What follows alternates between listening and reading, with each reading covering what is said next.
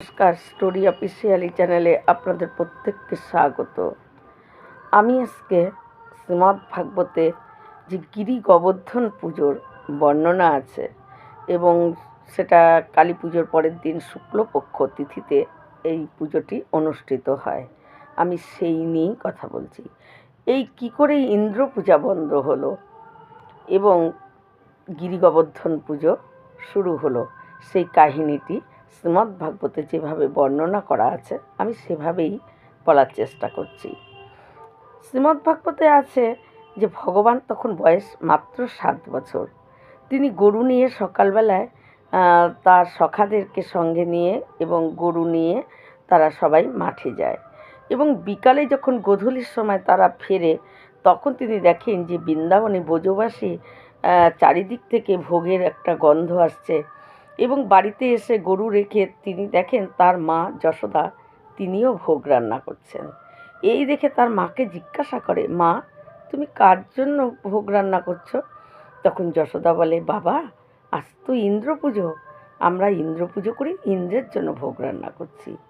তখন ওই 7 বছরের কৃষ্ণ তিনি কি করেন, তার পিতার কাছে চলে যায়, নন্দরাজার কাছে। নন্দরাজাকে বলে যে বাবা ইন্দ্র পূজা করো কেন? তখন নন্দরাজা বলে, বাবা ইন্দ্র পূজা করি কেন? ইন্দ্র যেন আমাদের প্রতি সন্তুষ্ট থাকে, সবার প্রতি। কারণ ইন্দ্র আমাদেরকে বৃষ্টি দেয়, আর ইন্দ্র যদি বৃষ্টি না দেয় সমস্ত গাছপালা শুকিয়ে যাবে, আর ইন্দ্র বৃষ্টি দেয় তার জন্য গাছপালা আমাদের ঘাস হয়, আর এই ঘাস জন্মায়, আর সেই ঘাস খেয়েই তো গরু বেঁচে থাকে, আমাদের কত গরু। তাই ইন্দ্র যদি সন্তুষ্ট করা হয় তাহলে ইন্দ্র বৃষ্টি দেবে আর গাছপালা ঘাস হবে, তাই জন্য আমরা ইন্দ্র পূজা করি। তখন ভগবান বলে যে ইন্দ্রকে পুজো করো কেন? ইন্দ্র তো বৃষ্টি দেয় না, ইন্দ্র তো খালি দায়িত্ব পালন করে, ও তো ওর কাজ করে। যদি এই আমাদেরকে যে বৃষ্টি দেয় এটা আমরা প্রকৃতি থেকে আমরা বৃষ্টি পাই, এই জলটা প্রকৃতি আমাদেরকে দেয়, গাছপালা পাহাড় পর্বত। যদি পুজোই করতে হয়, যদি এই বৃষ্টির জন্য পুজো করতে হয় তাহলে প্রকৃতিকে পুজো করো। ইন্দ্র তো তার দায়িত্ব পালন করছে, আজকে ইন্দ্র যদি তার দায়িত্ব পালন না করে ওর জায়গায় কিন্তু ওর কাজ আর থাকবে না, ওর জায়গায় অন্য আর একজন ইন্দ্র হয়ে যাবে। তাই ইন্দ্রকে তো পুজো করার কোনো দরকার নেই। আমি এখানে একটা ছোট্ট উদাহরণ দিচ্ছি। আসলে ইন্দ্রের কাজটা হলো, ভগবান এটাই বোঝাতে চেয়েছে যে যারা নাকি এই আমাদের যে ঘরে সকাল বিকাল জল আসে, সেই জলটা যে পাম্প চালায় সে তো জলটা তৈরি করছে না, সে তো জলটা দিচ্ছে না, তার ডিউটি জল দেয়া। সে যদি টাইমের বিপরীত টাইমে 2 দিন 1 দিন জল না দেয় তার কাজটা কিন্তু চলে যাবে। তাই ইন্দ্রের কাজ ঠিক এরকম, ভগবান এটাই বোঝাতে চায়। এবং তারপরে ওই নন্দরাজা বলে যে বাবা গোটা ব্রজবাসী তো আজকে ইন্দ্র পূজা করবে।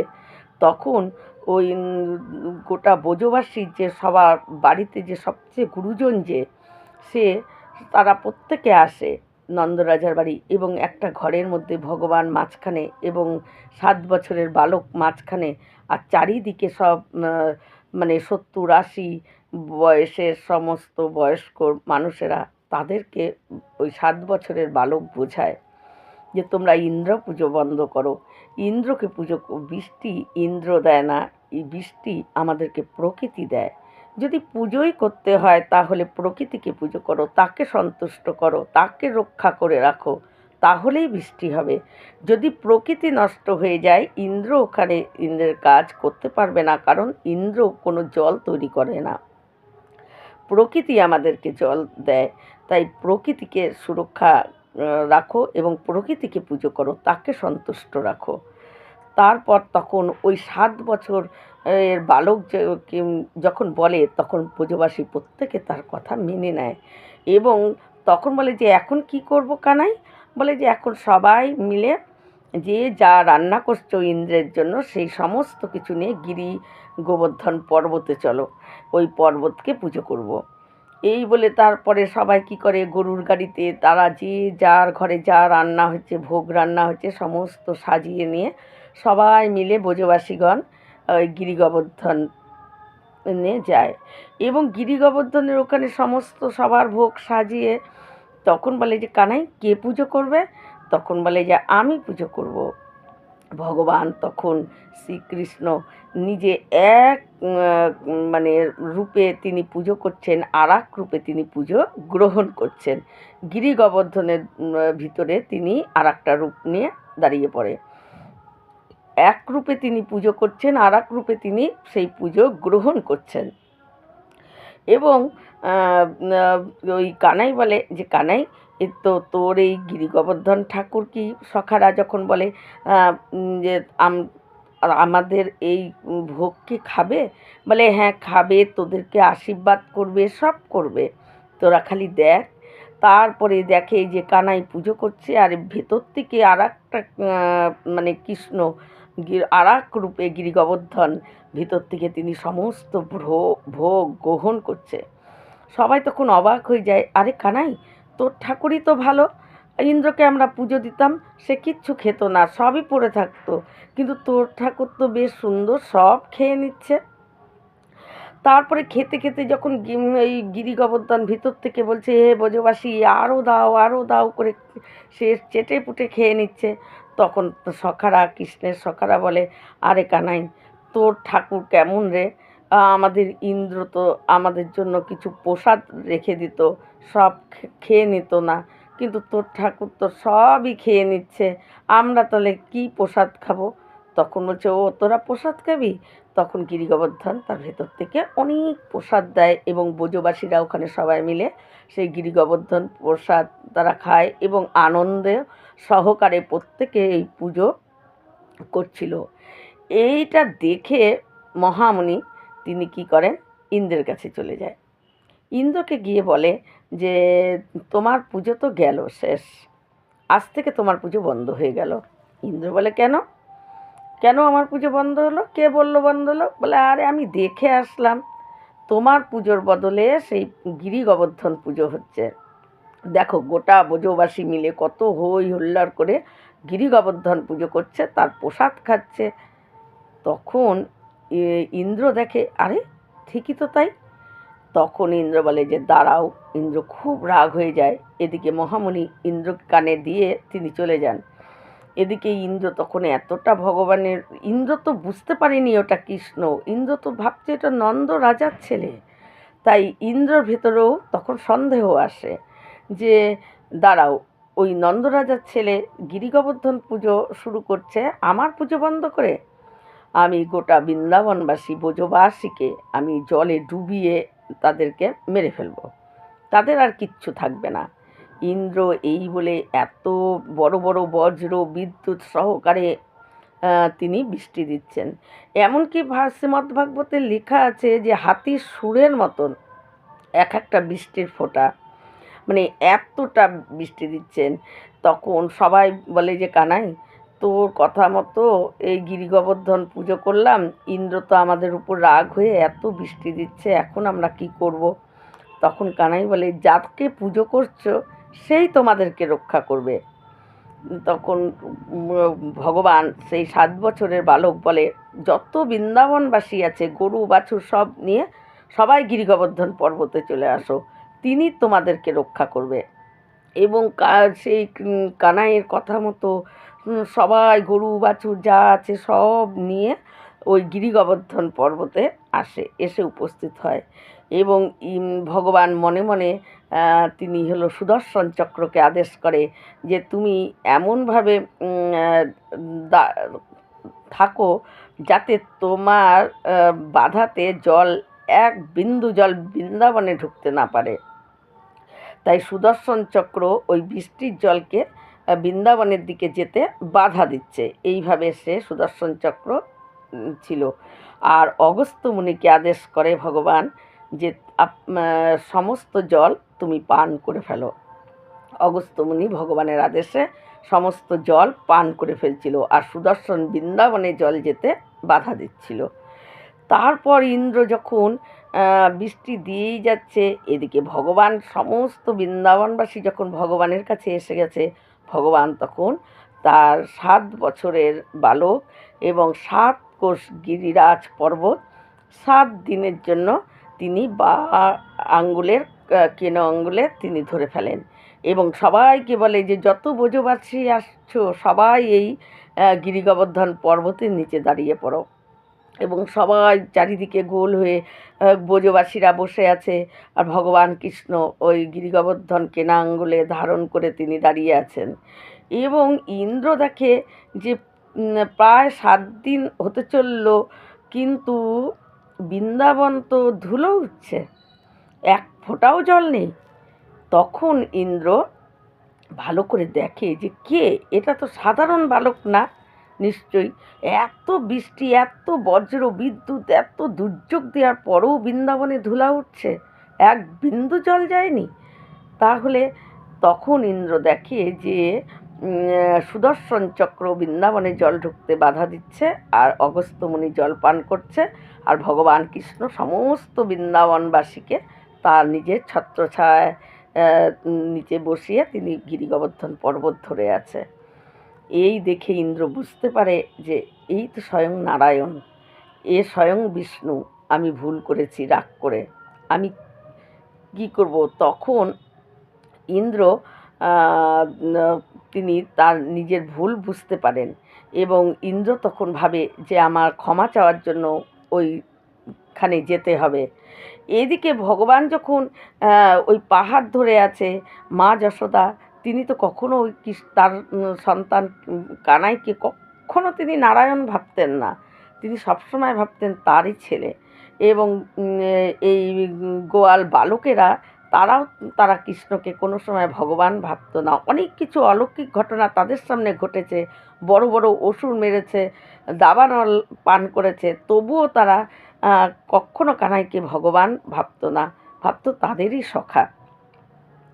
তাই মা যশোদার খুব কষ্ট হচ্ছে। মা যশোদা বলে, আরে ওই গোয়াল বালকদেরকে বলছে, আরে তোরা একটু লাঠি নিয়ে ওই পাহাড়টাকে ঠেকা দে না, ওই আমার কানাইয়ের তো হাত ব্যথা হয়ে যাবে। কিন্তু তখন গোয়াল সেই বালকরা, কৃষ্ণের সখারা, তারা কী করে, ছোট ছোট লাঠি দিয়ে পাহাড়টাকে ঠেকা দিয়ে ধরে আছে এবং কানাইকে বলছে, আরে কানাই তুই এবার একটু ছাড়, আমরা তো সবাই মিলে লাঠি দিয়ে ধরে আছি, তুই তাহলে এবার একটু হাতটা নামা, একটু আরাম কর। তখন ওই কানাই বলে যে ঠিক আছে, আমি তাহলে নামাচ্ছি। এই বলে ভগবান সেই 7 বছরের কৃষ্ণ পাহাড় থেকে যেই তার নিজের আঙ্গুলটায় একটু সরিয়েছে, আর পাহাড় ধপধপ করে নিচের দিকে আসছে। তাড়াতাড়ি করে ভগবান আবার কিনা আঙ্গুল ঠেকিয়ে দিয়েছে। তখন তারপর যখন নাকি ইন্দ্র তখন কি করে, একটা গরু নিয়ে এসে সেই গিরি গোবর্ধন পর্বতকে স্নান করায় এবং গিরি গোবর্ধনের ভগবানের স্তুতি করে, ভগবানের নাম, শ্রীকৃষ্ণের নাম রাখে গোবিন্দ। এই ইন্দ্রই ভগবানের নাম রেখেছিল গোবিন্দ এবং ভগবান তাকে ইন্দ্রকে ক্ষমা করে এবং ইন্দ্রকে ক্ষমা করে বলে, কারণ ভগবানকে এই শ্রীকৃষ্ণ অবতারে স্বয়ং ব্রহ্মাও ভগবানকে ভগবানের যখন ওই তার সখাদের এঁঠো খাচ্ছিল, তখন তার ভিতরেও সন্দেহ ঢুকে গেছিল যে এটা নারায়ণ না, কেন তাহলে সখাদের এঁঠো খাবে। তাই ব্রহ্মা কী করেছিল, গরু এবং তার সখাদেরকে চুরি করে নিয়ে চলে গেছিল, মানে ভগবান নাকি যদি ভগবান হয় সেটা বোঝার জন্য। আর ইন্দ্রও কিন্তু ভগবানকে সন্দেহ করেছিল, তাই ব্রজবাসীকে ডুবিয়ে মারার জন্য তিনি এত বৃষ্টি, এত দুর্যোগ দিয়েছিল। কিন্তু ভগবান ইন্দ্রকে, ব্রহ্মাকে মন থেকে ক্ষমা করেনি, কারণ ব্রহ্মাকে বলছে যাও তুমি দায়িত্ব পালন করো। কারণ ব্রহ্মাকে মন থেকে ক্ষমা করেনি একটাই কারণ, আর যার জন্য মত্তধামে ব্রহ্মার মন্দির নেই, ব্রহ্মার কোনো পুজো হয় না এই কারণে। কারণ ব্রহ্মা কী করেছিল, ভগবানের সখাদেরকে, এই গরুদেরকে ভগবান থেকে দূরে করে দিয়েছিল। তাহলে যে ভগবানের কাছে আছে, যে ভগবানের কাছে থাকতে চায়, তাকে যদি ভগবানের থেকে দূরে সরানো যায় তাহলে তার সেটা কিন্তু একটা অপরাধ। তাই ব্রহ্মাকে ভগবান, এই ব্রহ্মার মত্তধামে পুজো হয় না এই অপরাধের জন্য আবার তার মন্দিরও নেই।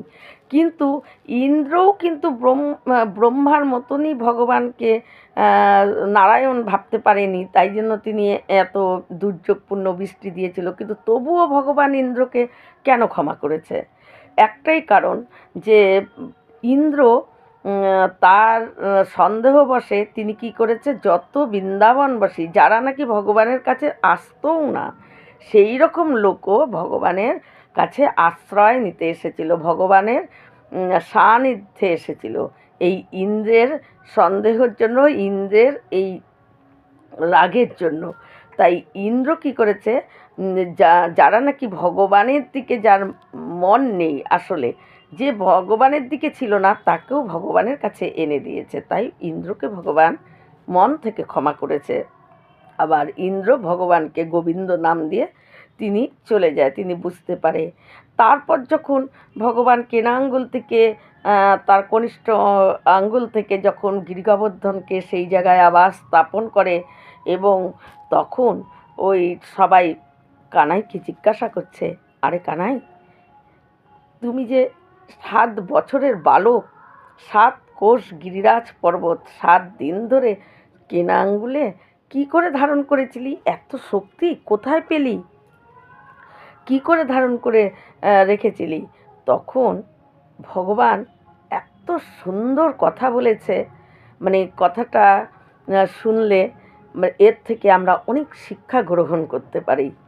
ভগবান তখন ওই ব্রজবাসী সবার মধ্যে, এবং ওখানে বয়স্ক তার সখারা সবাই ছিল, তাদের মধ্যে ভগবান বলে যে আমি যে তোমাদের থেকে মাখন চুরি করে করে খেতাম, সেটার জন্য আমার ভিতরে শক্তি হয়েছে।